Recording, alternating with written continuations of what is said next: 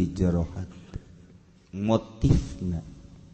tadarru'au wa khifah DP jeung sieun ka Allah dek diayakeun suarana jadi hate mah teu kadenge mangga cuman wadunal jahri minal qaul diayakeun suara ulah tarik-tarik sedang laun teuing teu tarik teuing ulah iraha bil ghudwi wal asar sepanjang masa isuk sore peuting berat wala takum minal ghafilin ulah rek aya anjeun Muhammad minal ghafilina termasuk jelema nu poho kabeh ka Allah masyaallah khitab khusus ka Kangjeng padahal mah umum jang umatna ai Kangjeng mah jages teu kudu dititahan ge per detik per napas da pasti ingat ka Allah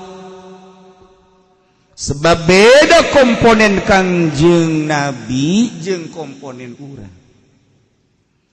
diciptakeun ku Gusti Allah Kangjeng Nabi mah afdalul makhluqat komponenna berbeda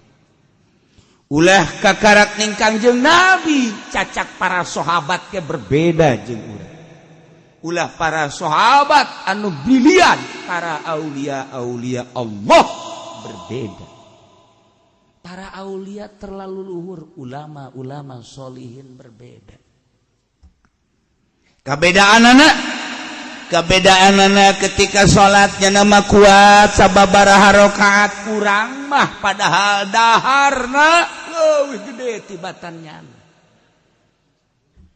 tapi kekuatan salat jauh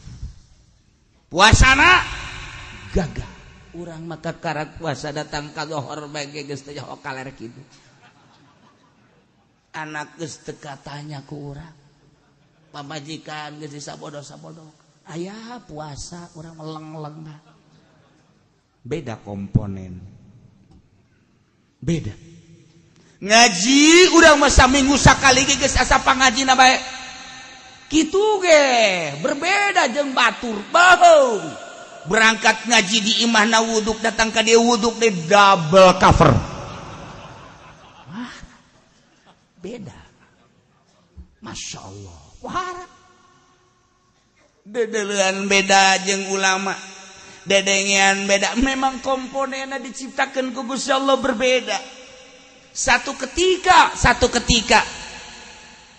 wali Allah mah bisa kuat teu dahar mungkin sapoe sapeting mungkin 2 peting mungkin saminggu bisa kuat teu dahar teu ngilu lamun Syekh Maulana Hasanuddin titah tapa awalan 40 peting teu beudang dahar teu beudang nginum begitu ditanya setelah 40 peting ku Syekh Syarif Hidayatul kumaha rasana can sabaraha bah coba urang titah 40 peting engke ku abah dek ditanya geus beres 40 peting na ke abah engke datang ka dinya ka patapaannya ayo kuatkeun ku sia datang ka dinya tinggal tulang taleng hulu di mana suku di mana bea teu kudu 40 poe tah mah saminggu ge geus ajur tah mah geus tuh beda komponenna ulah haju nitah tapas tapa-tapana ka murid tapas ya di mana tuh di Leuweung Gede paes ya bisa tuh dileheula komponen geus kuat apa encan beda lamun Mama Bakri baheula ngaji bulanan teh berangkat pada Isya lamun teu ditoel subuh ge ngaji bae urang mah kakarak 2 jam ge waduh kiai zolim geus disebutkeun kiai zolim kencang teuing cenah eta ngaji kebal teuing geus zolim ka geus teu beres murid teu beres dah Masya Allah karim poho jangan teh ku lazat-lazatna ibadah ngaji sebab teu boga rasa ngaji teh ngahareupan makhluk ngaharepan jelema terasa keur ngobrol jeung musonib jeung muallim indah ngobrol jeung wali kan ngobrol jeung wali mah rahe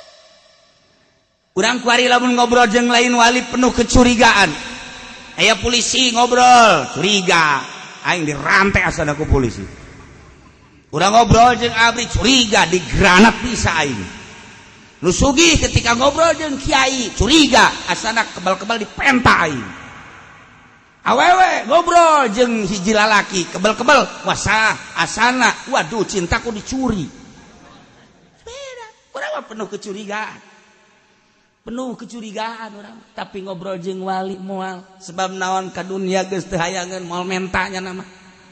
ketika aya sesuatu apakah urang bakal dipenta tulung moalnya nama geus langsung ka Gusti Allah la khaufun alaihim wa lahum yahzanun ketika lapar sugannya nama bakal minta dahar moal malah lumilu minta dahar ka nyama sebab urang geus teu butuh kuateun nya nama mantak urang teh lamun kadatangan wali ngeunaheun sebab naon moal nyuguhan dahar moal nyuguhan nginum ngeunaheun coba kadatangan si eta uyang endog beak kotok beak boro-boro anu geus di meja anu hirup di bawah bae nah itu mah garong beneran uyang urang sia mah neuleuda ka dieu ka ditu atuh pangon geus khusus teh kitu ya Allah teh wali Kangjeng Nabi anu dipiwarangna tapi horenganan umumul lafzi khusus kitabna tapi umum jang urang maka ditatala ku sebagian umat Kangjeng Nabi aya anu langsung dibere ku Gusti Allah murad ngaranna aya anu ditata melalui suluk adapun perjalananna suluk beda-beda tergantung kumaha guruna Qadiriyah mah keur carita thariqah teh kieu, Naqsabandiyah mah kieu, Khalidiyah mah kieu, Utsmaniyah mah kieu, Ghazaliyah mah kieu, Syatariyah mah kieu, Tijaniyah mah kieu dan lain-lain sebagainya kumaha guruna tujuanna mah hiji wusul ilallah nu mantak ditoriqahkeun teh lantaran urang teh sapopoe tani sapopoe dagang sapopoe gawe di kantor sapopoe urang bergaul kunaon ieu hate urang teh di Qur'anan ku di Qur'anna di hadisan ku di hadisanana di ajian ku ijma ulama